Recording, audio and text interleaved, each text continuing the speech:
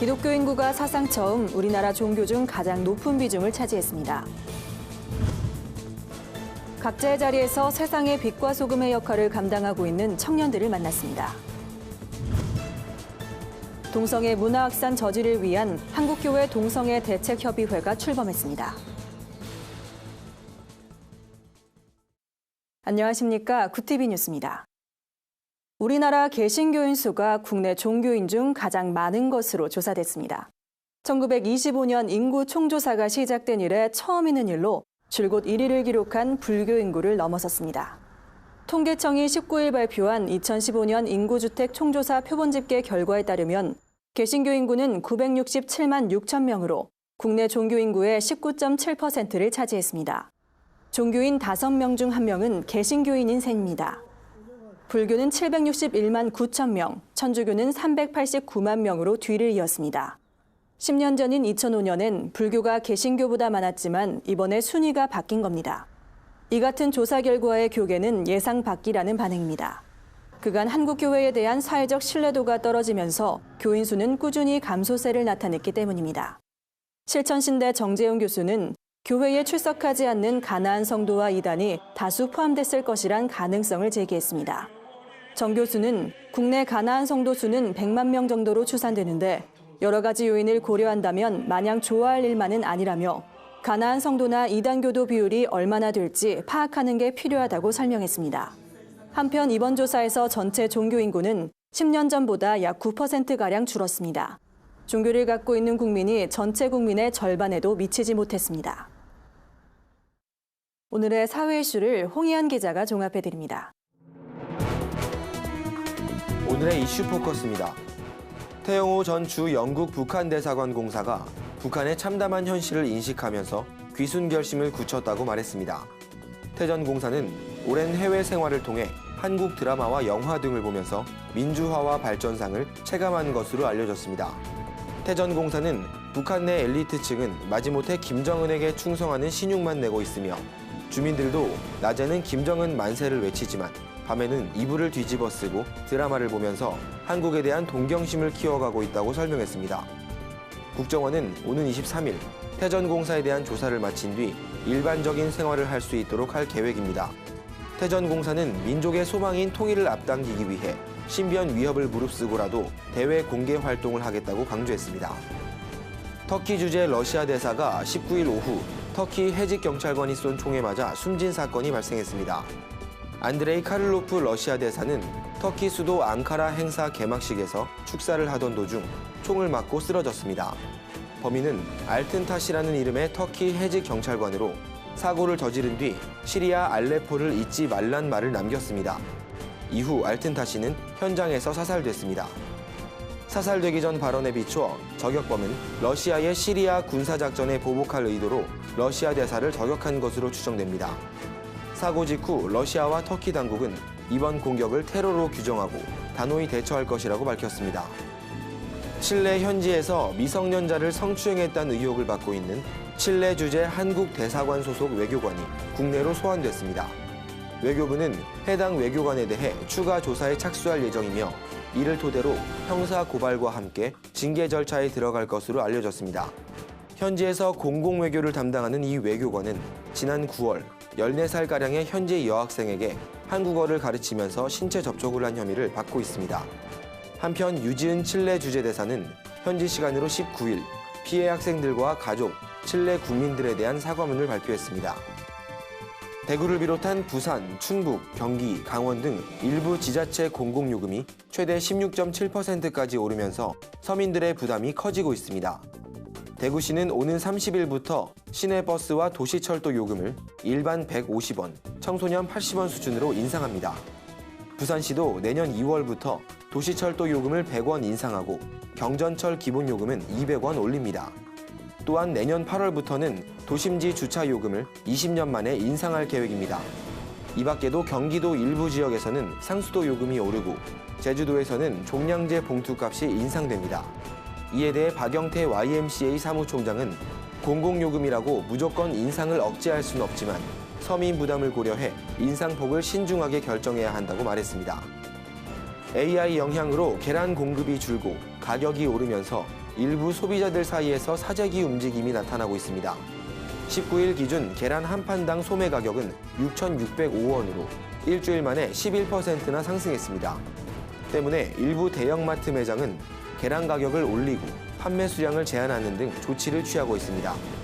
정부는 계란 수급 안정을 위해 항공으로 계란을 수입하고 산란계를 수입하는 방안을 추진합니다. 그동안 우리나라에서 계란을 수입한 사례는 거의 없었지만 AI로 계란 수급 차질이 장기화하면서 내려진 조치입니다. 이준원 농식품부 차관은 AI 확산 정도와 계란 수급 상황 등을 고려해 수입을 추진하겠다고 밝혔습니다. 구티비 뉴스 홍우연입니다. 하나님이 주신 달란트로 도움이 필요한 이들을 섬기는 청년들이 있습니다. 선교 사역에도 적극적인데요. 앞으로 크리스천으로서 선한 영향력을 끼치고 싶다는 청년들을 만났습니다. 김준수 기자의 보도입니다. 강병호 씨는 윤디자인 그룹이라는 안정적인 직장을 나와 크리스천 디자인 아카데미란 새로운 도전을 시작했습니다. 자신처럼 지방대 출신의 디자인 비전공자를 돕기 위해서입니다. 디자인 학원 봄 아카데미와 자기담 학교 MCA 협력으로 진행되는 이번 아카데미는 전문적인 지식을 배울 뿐만 아니라 자신의 비전을 찾을 수 있는 커리큘럼으로 구성됐습니다. 누구를 도울까라는 질문에 디자인은 하고 싶고 디자이너가 꿈인데 잘 모르겠다. 어떻게 어디서부터 해야 될지 잘 모르겠다라고 하는 20살의 강병호, 25살의 강병호를 돕고 싶은 거죠. 디자이너를 꿈꾸는 청년들의 디딤돌이 되고 싶다는 강병호 씨를 통해 선한 영향력을 끼치는 디자이너들이 배치될 것으로 기대됩니다. 27살의 새내기 목공인 박준영 씨는 선교의 작은 보탬이 되고자 마칭 가운이란 악기 제작 프로젝트를 진행하고 있습니다. 타악기인 가운은 보통 앉아서 연주하지만 박 씨가 제작한 마칭 가운은 휴대하기 편하게 만들어 이동하면서도 칠 수 있는 점이 특징입니다. 마칭이라는 이름은 서서 이동하는 악단인 마칭 밴드에서 따왔습니다. 박 씨는 미션 펀드를 통해 아프리카에 보낼 마칭 가운을 만들기 위한 모금을 하고 있습니다. 제가 최근에 만나게 된 선교사님께 여쭤봐서 이제 이 악기가 어느 선교 현장에서 필요한가 물어봤을 때 아프리카 현장이나 이런 계열의 계통에 굉장히 유용하게 필요하고 쓰이게 될 것 같다라고 말씀해 주셔서 그쪽 나라에 보내는 일을 하려고. 마칭 가운 프로젝트는 크라우드 펀딩 텀블벅에서 이달 31일까지 진행됩니다. 구티비 뉴스 김준수입니다. 동성애 문화 확산을 저지하기 위한 한국교회 동성애 대책협의회가 공식 출범했습니다. 이들은 한국교회가 연합으로 동성애 반대 목소리를 내는데 일조하며 특히 국가인권위원회법의 성적 지향 문구를 삭제하는 운동을 펼칠 것이라고 밝혔습니다. 한동협 대표회장을 맡은 소강성 목사는 동성애 문제는 진리를 지키기 위한 영적 전쟁이라며 한동협이 건강한 교회와 사회를 지킬 수 있도록 기도해달라고 말했습니다. 한동협은 체계적이고 전문적인 캠페인을 펼치기 위해 법률위원회와 교육위원회, 의학위원회 등의 산하부서를 만들었습니다. 법률위원장엔 고영일 변호사가 선임됐고 교육위원장엔 김지현 약사, 의학위원장엔 염한석 원장이 이름을 올렸습니다. 한동협 관계자는 동성애를 반대하는 데는 한국교회가 하나로 뭉쳐야 한다며 한국교회와 각계 전문가들이 힘을 합쳐 우리 사회에 동성애가 자리 잡지 못하도록 하는데 최선을 다하겠다고 밝혔습니다. 세상 속 크리스천들의 다양한 이야기를 만나보는 시간입니다. 오늘은 어떤 소식들이 있는지 박은정 기자가 소개해드립니다.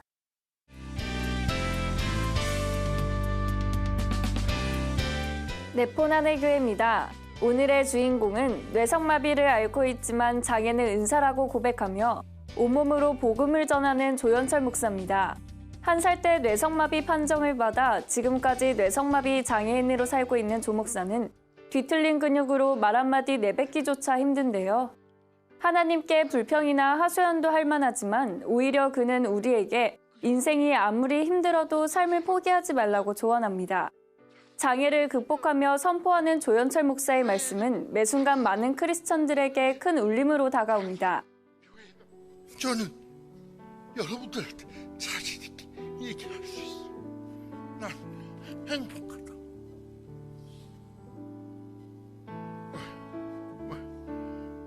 예수님이 나를 구원해 주셨고 내 삶 자체가 바뀌진 않지만 삶을 넘어서는 어떤 은혜가 있기 때문에. 자신의 약함을 통해 사람들을 위로해주고 싶단 조현철 목사. 조 목사는 오늘도 세계적인 복음 전도사가 되기 위해 달려가고 있습니다. 의뢰의 사나이 김보성 씨가 최근 소아암 아이들을 돕기 위해 격투기에 도전했습니다. 50살의 나이에도 불구하고 그가 격투기에 도전한 건 나누는 삶을 실천하기 위해서인데요. 대회 입장료와 대전료를 소아암 아이들을 위해 전에 기부하기로 했다고 합니다. 이날 김보성 씨는 일본 콘도 테츠오 선수와 치열한 경기를 벌였지만 안타깝게도 패했다고 하는데요. 하지만 소아암 아이들을 위해 최선을 다하는 모습을 보여주며 팬들에게 감동을 선사했습니다. 김보성 씨는 그동안 소아암 아이들을 돕는 일이라면 발벗고 나서왔었죠.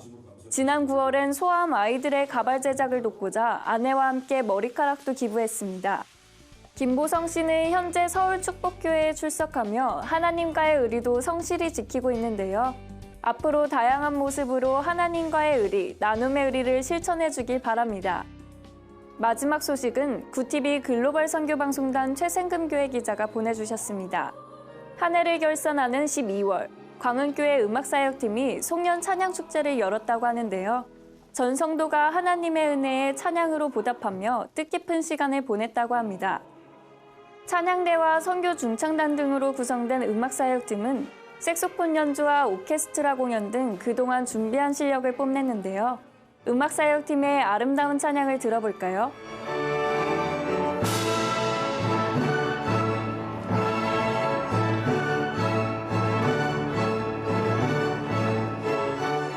(2주도) 채 남지 않은 2016년, 시청자 여러분들도 하나님의 사랑에 감사하는 시간을 가져보는 건 어떨까요? 오늘 전해드릴 소식은 여기까지입니다. 네포난의 교회는 시청자 여러분들의 제보를 기다리고 있습니다. 함께 나누고 싶은 영상이 있다면 전화나 이메일로 참여해 주시길 바랍니다. 구TV 뉴스 박은정입니다. 주요 단신입니다. 국제어린이 양육기구인 컴패션이 48년간 지속해온 인도아동 후원 활동이 중단될 위기에 처했습니다. 최근 인도 정부가 자국의 해외 기부 제한법을 근거로 국제 NGO 활동에 제재 조치를 가했기 때문입니다. 현재 국제 컴패션은 양육 프로그램이 재개될 수 있도록 후원자들에게 기도를 요청하고 있습니다. 겨울방학을 맞아 청소년과 청년들의 영적 성장을 위한 집회가 열립니다. 예수전도단은 1월 12일부터 14일까지 한동대에서 2017 예수전도단 청소년 유스 캠프를 개최하고 청소년 선교회 뿔은 16일부터 18일까지 동일한 장소에서 2017 청소년 영성 캠프를 엽니다. 사단법인 10대들의 둥지는 16일부터 21일까지 경주 코오롱 호텔에서 2017 틴즈 캠프 및 교사 캠프를 진행합니다. 예장통합이 다음 달 23일 서울 종로구 한국교회 100주년 기념관에서 전도 양육정책 워크숍을 개최합니다. 워크숍은 예장통합 총회가 개발한 전도 양육 교재를 기반으로 새가족 양육과 세례자 양육에 대한 강의로 진행됩니다. 장로회 신학대 양금희 교수와 백충영 교수가 강사로 나설 예정입니다. 무슬림 선교를 위한 러브 무슬림 컨퍼런스가 다음 달 19일에서 21일 서울 광진구 유한 서울교회에서 개최됩니다. 이번 컨퍼런스에선 이슬람 이해를 위한 강의와 무슬림을 위한 기도, 이슬람 관련 이슈 워크숍, 이슬람 문화 알기 등의 프로그램이 진행될 예정입니다. 이상으로 뉴스를 마칩니다. 구TV 뉴스는 인터넷 신문 데일리 굿뉴스를 통해서도 보실 수 있습니다. 시청해주신 여러분 고맙습니다.